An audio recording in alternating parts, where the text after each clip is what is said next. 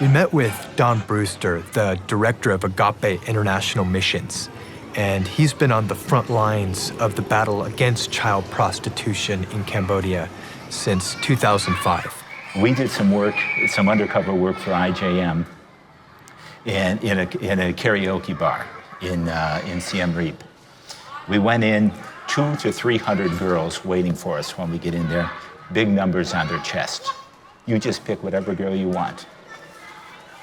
And it's a weird feeling. It's almost like the girls don't know how to feel. Like, please, oh God, don't pick me, versus if you don't pick me, how am I gonna have any money? How am I gonna take care of my family? You know, I mean, it must be hell that they have to go through. But you walk into the place and the manager comes up to you and he says, I want you to know, when in the karaoke room, you can do anything you want to the girl. I mean, you can touch her, you can kiss her, whatever you want to do, but you can't have sex before you negotiate a price. Now you get into this karaoke room, gigantic flat screen TV, a high-tech karaoke system with over 2,000 songs in English, 6 cordless mics, beautifully appointed, private bath, 80 rooms like that in this place. This guy owns 8 places like this. That's 16 to 2,400 girls. And we estimate, and we're conservative, that at least a third of them were underage. So you choose your girl, you go to the room, and a woman comes in to police the room. But people would think she comes to protect the girls. She comes to make sure the girls are going after the men, that they're cuddling up to the men, that they're getting the guys to want to have sex, to pay for the big bucks for sex. So we get ready to leave, and I can pay with my credit card. Okay, so you pay with your credit card, and here's your receipt that you get. Tiger beer, $4. Bunch of grapes, $5. Karaoke girl for 1 hour, do whatever you want to her, $3. Well, we're getting ready to leave, right? And one of the girls with one of the other guys doesn't want to go. And so she starts running away. Now, we've already paid. She starts to run away. The manager goes, gets her.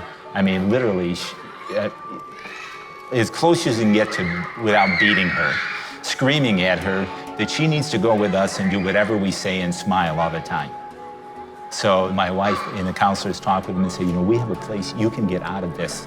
We have a place where you can come and we can make sure you get healthy and you'll get good food, you'll get an education. We can help you to have a brand new life.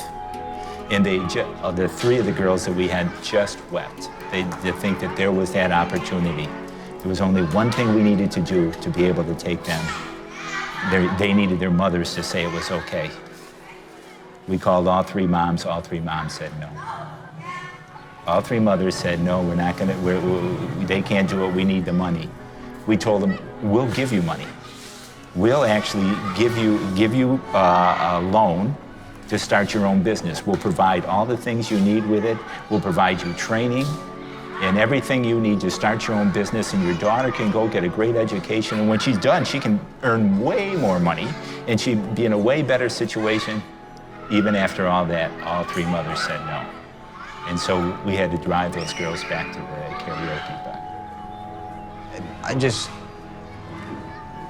can't imagine what that must have been like.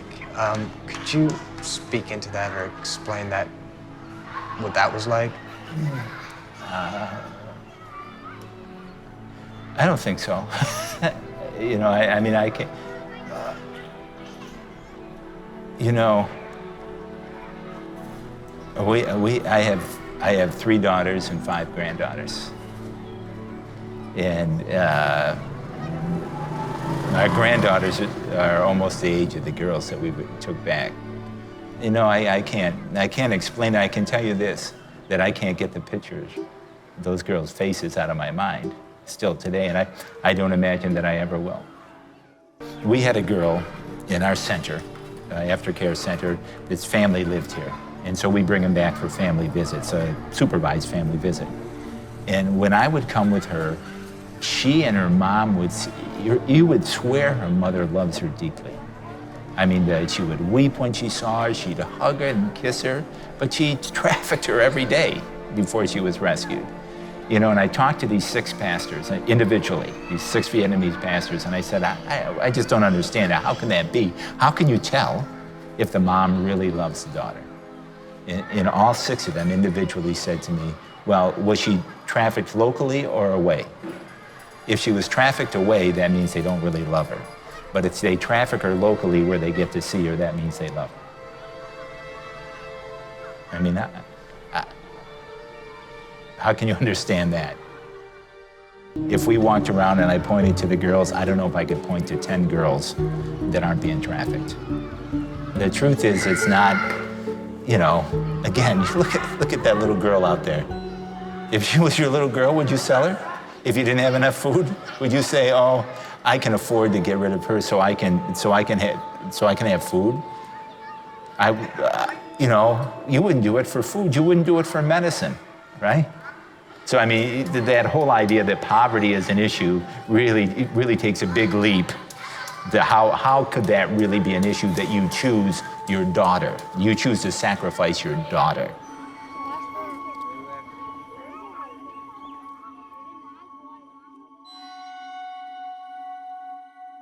Before we left Swaipak, we gathered children from the village together to teach them some songs and dances.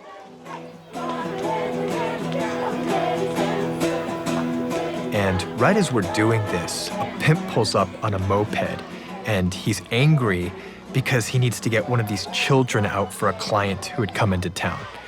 And our host explained to us that most of the very same children that we were singing and dancing with were currently being trafficked.